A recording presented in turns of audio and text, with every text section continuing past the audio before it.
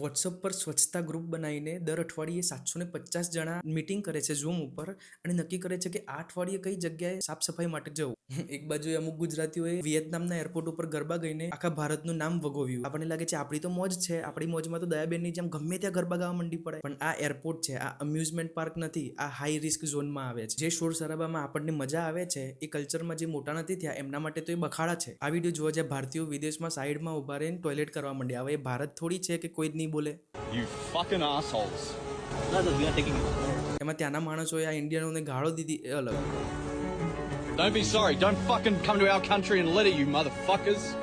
તો આ અમુક લોકો જે આખા ભારતનું નામ બહાર જઈને વગોવે છે, અમુક લોકો એવા પણ છે જે આપણને કંઈક હટકે કરીને શીખવાડી જાય છે. શીતલ દવે જે પાલડીના એક શિક્ષિકા છે, એમને આ અભિયાન શરૂ કર્યું. શહેર માટે કંઈક સારું કરવાની ઈચ્છા હતી તો એ ખાલી મગજ પૂરતું સીમિત ના રાખ્યું. વોટ્સઅપ પર ગ્રુપ બનાવીને એ ગ્રુપમાંથી કોઈ બી મેમ્બર કોઈ જગ્યાએ ગંદકી દેખાય ને તો એનો ફોટો શેર કરે છે ગ્રુપમાં અને બધા જણા મીટિંગ કરીને દર અઠવાડિયે જાય છે ત્યાં સાફ સફાઈ કરવા માટે. બધી વાર સરકારને ગાળો દેવાથી પણ શું થશે, આપણે માણસોએ પણ અમુક વાર પોતાની જવાબદારી સ્વીકારીને પહેલ કરવી જોઈએ એવું શીખવાડી જાય છે આ બેન. હવે આખી દુનિયાને કોણ સમજાવે કે આવા લોકો પણ છે ભારતમાં. પણ મોટાભાગે તો ભારતીયો બહાર જઈને જે કરામત કરે છે એના લીધે ઝીરો સિવિક સેન્સના લીધે ગાળો જ પડે છે ભારતમાં. ગરમી થોડા વર્ષોમાં એટલી બધી વધી જવાની છે કે લોકો રસ્તા ઉપર મરવા માંડશે. અને આ હકીકત છે માનવ અસ્તિત્વનો સૌથી મોટો મુદ્દો ક્લાઇમેટ ચેન્જ. સરકાર અને ન્યૂઝ મીડિયા આ વાત તમારાથી છુપાવે છે. આ આખો વિડીયો જોવા માટે નીચે આપેલી લિંક ઉપર ક્લિક કરો અને જોઈ નાખો.